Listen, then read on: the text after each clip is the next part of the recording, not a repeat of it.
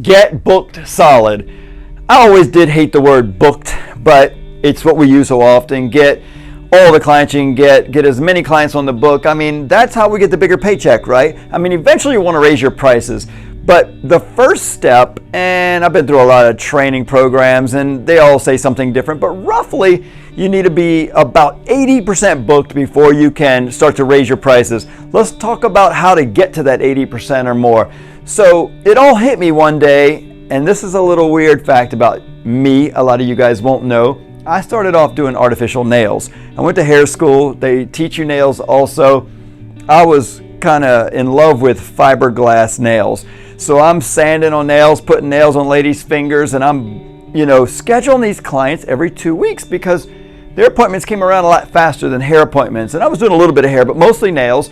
And since they would schedule in 2 weeks, sometimes their friend would get their appointment, so they would book 2, 4, and 6 weeks in advance. Then I had some booking out 6 months and a year, booked my whole year. And so I've got all these nail clients booking a year in advance, and I'm thinking, why am I not doing this with hair clients? Why am I letting them just make their own appointment? So when I started getting a little smarter to this idea, and I would say, hey, Miss Lynn, you want to schedule your next appointment? It went okay, but when I learned how to take it from a question to a statement, that's the powerful part. That's when I started booking or rescheduling, that's the word I like to use, everybody in the future. So I would say, hey, Miss Lynn, let's go ahead and schedule your next appointment. Do you see how that went? When you learn how to do it, it flows a little bit better. Let's go ahead. Instead of would you like to, because then they're like, no is an answer, right? But when you say let's go ahead, it's not even a question. So they just say, okay. So that's kind of where it starts. You do their hair. And then for me, I took it back even further. I take it back to the consultation. And this happens when you get really busy and you have to do it this way. But if you start off doing it this way, it's going to be so much more powerful for you. If you say in the consultation, what are we doing today? What's our goals for our hair? And you get all this done and you're saying, listen, we're going to go ahead and reschedule your next appointment before you leave today. And they say, wait, what?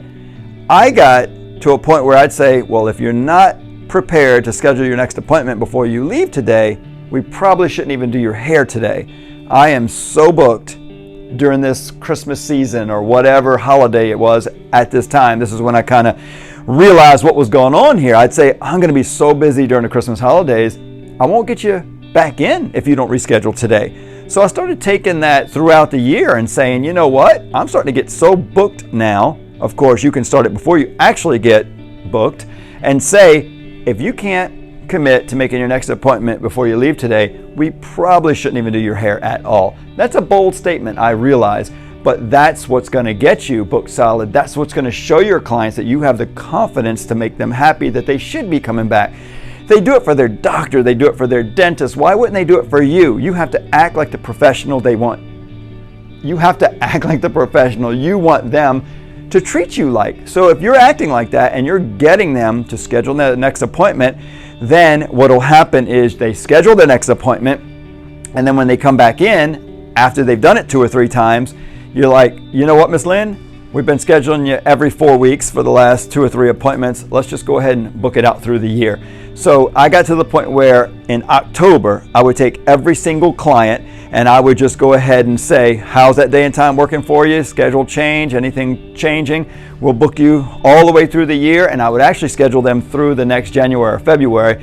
But in October, I would do it because if I waited till December when Christmas was busy, it wasn't going to be easy. So I got to the point where I was scheduling all my clients a year in advance, and when I had so much of my time scheduled, I could easily just raise my prices a little and maybe lose a client or 2, but I could see my future. I could calculate, see the future of how much money I was going to make. So I didn't plan on being that organized with my life and my business, but it just kind of came to me, and I'm sharing it with you now. So maybe you won't make some of the same mistakes I made.